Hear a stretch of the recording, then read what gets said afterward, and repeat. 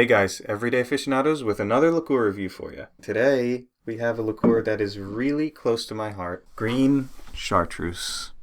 This is a French liqueur. It's been around since 1605. This is probably the oldest liqueur that we've reviewed so far. It is made by the monks of the Grand Abbey of Chartreuse. They're the only ones who make it. They've been making it since 1605, and apparently they got the recipe from an Elixir of Long Life that was given to them by a French nobleman. So originally it was produced as an elixir sold as a medicine, but people loved it so much that they decided to just start producing it commercially. Apparently it's made with 130 different alpine herbs that are gathered in the mountains of Chartreuse, France. It's a secret recipe, so no one really knows exactly what's in it. Something else that's kind of cool, only 3 of the monks know what the recipe is, and they're all under vows of silence, so they can't even communicate with each other about it. I just think that's pretty funny. Something else that's notable is the color chartreuse is actually named after the drink, and not the other way around. When you talk about herbal liqueurs,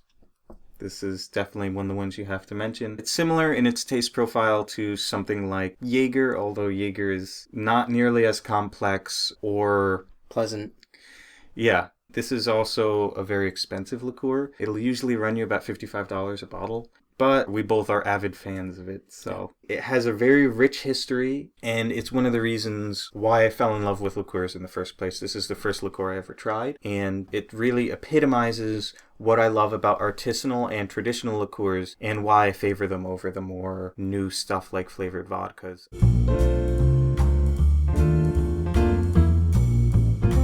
All right, so we'll take a look at the branding here. It's got that really awesome stamp on it. The raised seal from the Abbey. It's got the green label. It fits for, an herbal liqueur. This just might be because I'm so used to it, but I really love the bottle. It seems kind of plain, but the closer you look at it, the more distinct you realize it is. It sort of bulges out near the middle here and gets slimmer towards the bottom. And it has a pinched in neck here, which creates this chamber here in the neck. It feels very old school and like medicinal, which sort of harkens back to its history. I think it's just a really elegant way of making the bottle distinct. Also, it is 110 proof, so 55% alcohol. This is a hard hitter.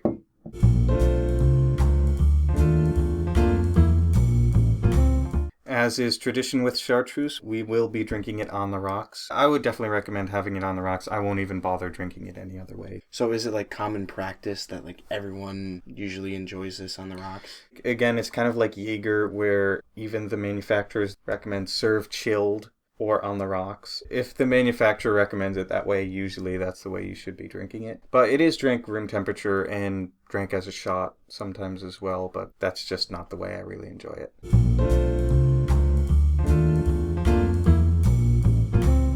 So what do you think of the smell? I think that this smells angry. And by angry, it makes me angry that I can't figure out what it smells like. Yeah, it's ridiculously complex. You can tell 130 different herbs went into this because it's hard to pinpoint any one element of the flavor. It's kind of like it all feels familiar, but it's not in a way. All these different herbs are blended so perfectly that it almost just smells like this brand new herb that has hints and characteristics of different herbs that you recognize. It's very earthy, minty, grassy. It's got like an evergreen quality. You can definitely smell clove. I actually don't get too much licorice from this. Mm-hmm. More like a anise seed. I think there might be a little bit of thyme in here. It's got kind of like a mentholy kind of smell where it like really clears your nose. Yeah, it kind of wakes you up when you sniff it. It's got that distinct cooling sensation. Mostly, I would say anise, clove, cinnamon. Oh, and by the way, I don't get any alcohol smell or burn at all. So that's impressive from a 55%.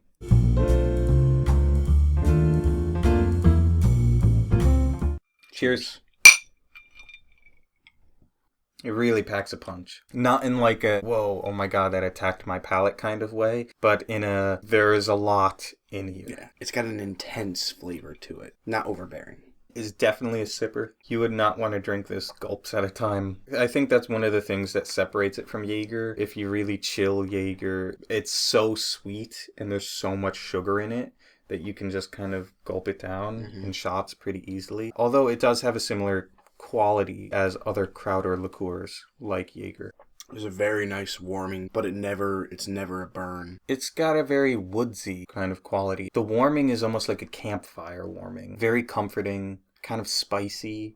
I think there's actually like a little burn from like the spice almost.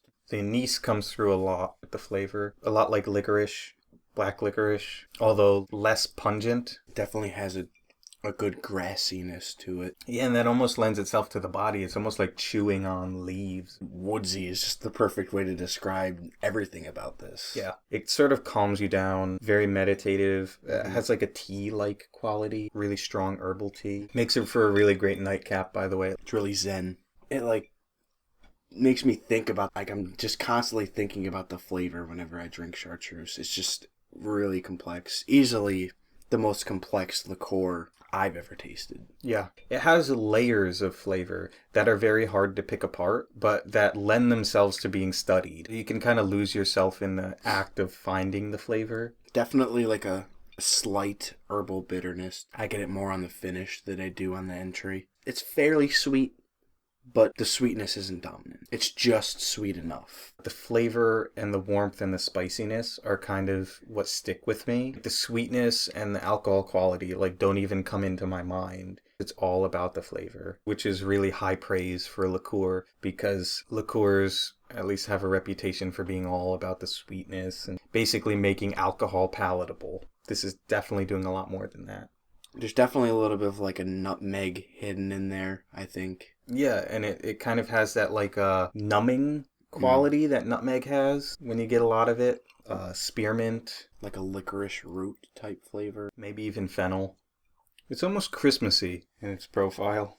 It does have like a piney evergreen type flavor to go along with all the other herbal flavors. Don't take our descriptors as the be-all, say-all for something like this, because you could pick this up and probably put out another list of descriptors that we didn't even mention. It's just that complex. Yeah, everyone seems to have a different take on exactly what chartreuse is like. It's down to the point where some people will just say, oh, well, it tastes like chartreuse. It's just that distinctive and unique.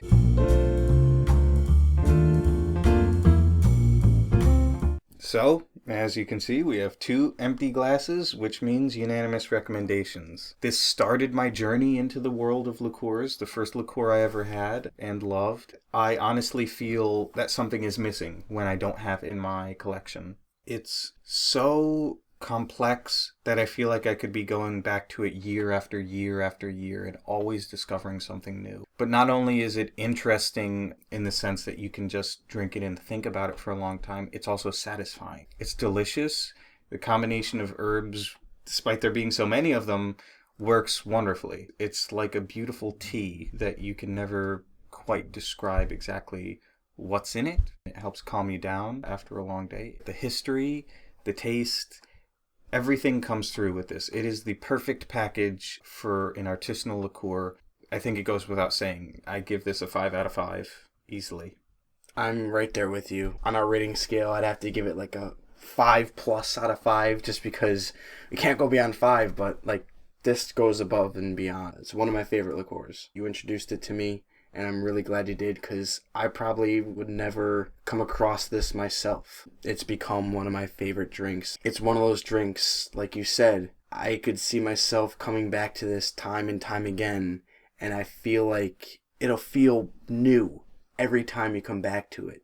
It's so complex. I could probably drink this for the rest of my life and still not be able to pin down everything about it. It's like an amazing puzzle with like hundreds of thousands of pieces that you just want to take time and put together. It's pretty expensive, but I would definitely want to keep this in my own liqueur collection also at all times. It really is a timeless classic, and I hope it stays around for many years to come. It certainly deserves to. That is the Everyday Aficionados with our green chartreuse review. See you next time.